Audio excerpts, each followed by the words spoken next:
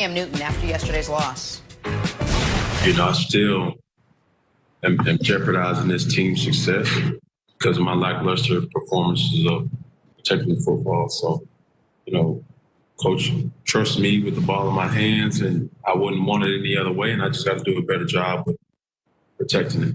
So, yeah.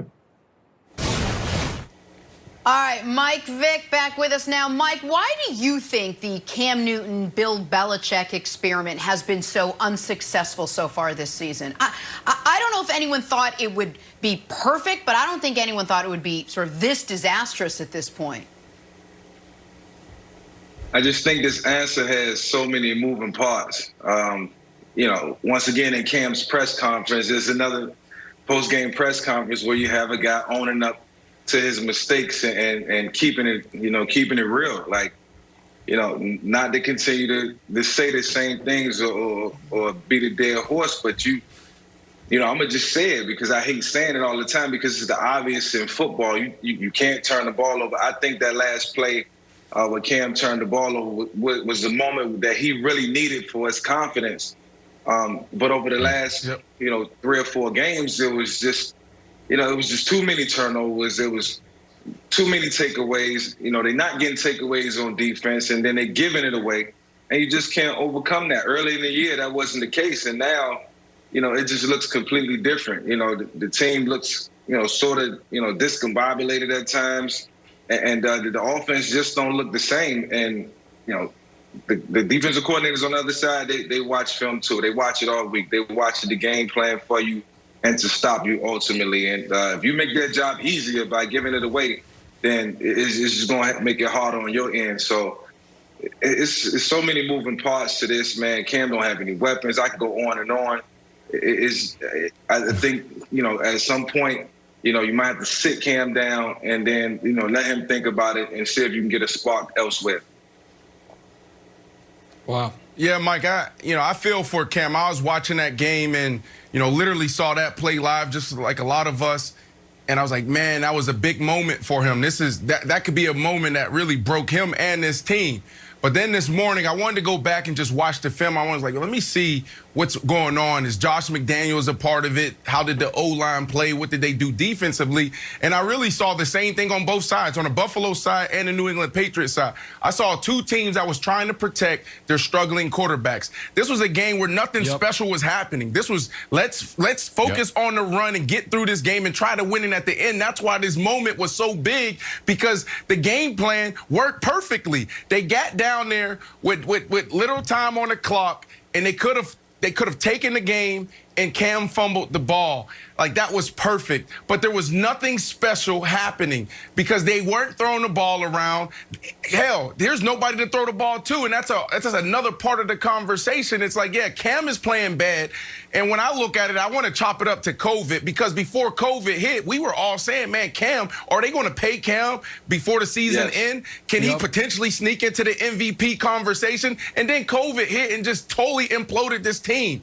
But now when you look at it, they're struggling, but also you got to hold Bill Belichick accountable.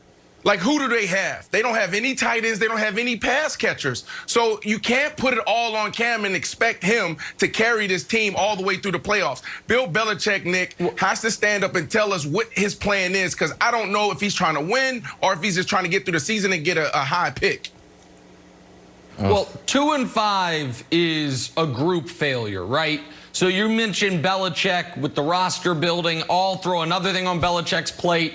The Patriots had to be feeling great when they were down 8, get the touchdown. Cam makes his best play of the day, the 2-point conversion. Buffalo could not move the football. And then inexplicably, they go surprise onside kick and give Buffalo life. Before you know it, Stephon Diggs takes an 8-yard pass, 40 yards, and now you're trailing 7 again. So that piece of the pie is on Belichick. 7 games this year. You know how many first quarter points the Patriots offense has scored? 0. Yeah. Not even a field goal in the first quarter. Yep. Part of that's on Josh McDaniels and those scripted opening 15 plays. But despite all that, the Patriots were in position to win this football game. At the very least, forced overtime, if not win the game right there. if Cam holds on to the football. And you can see the play. You see what's happening. Cam is looking at the guy right in front of him, figuring out if he's going to go down or try to make that guy miss. And the defensive end, credit to him for not giving up on the play, comes around from the side and strips it from him.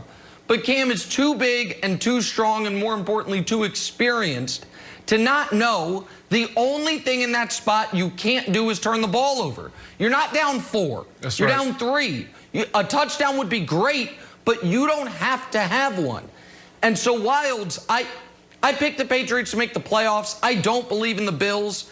And if the Patriots had won yesterday, I'd be feeling great about that pick.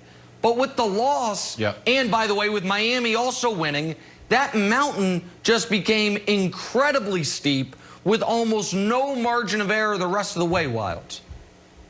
Yeah, I'm still a believer. Maybe like erroneously still, but I'm still believing. Until my phone starts lighting up that Gilmore has been traded, I actually would like to see some activity from the Patriots, that we start getting some guys, because I think you guys are right that we probably don't have enough weapons. Nick, I didn't mind the onside kick because, like Brandon said, the game was so boring. I was like, let's just do something, give some sort of spark. But I'm here to tell you, if you look at the Bills schedule, you look at the Patriots schedule, you gotta like, you know, Patriots can win a few games here. Do I believe in the mighty, mighty Dolphins and Tua's 93 yards a game? Nah, not really, although I do love Brian Flores. And Mike, the question for you is this about Cam.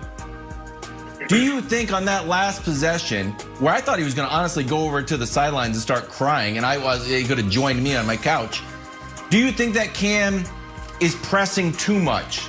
That he's trying to make it all happen? Because there's an element of Josh McDaniels' play calling. It reminds me of, like, you know, probably what Derrick Henry's high school coach was saying, like, you know what, let's just run the ball. Let's give it to our star player and run because we've got nothing else going on. Yeah, as a running quarterback, I dealt with that before. Wanting to be cautious and protect the football and go into the game. I'm not going to throw interceptions. I'm not going to fumble. We lost the game last week because I put the ball on the ground twice. I can vividly remember a game against the Pittsburgh Steelers where I fumbled twice, cost us the game. And the next week, I'm just so overly conscious about not fumbling, and then now I'm fumbling.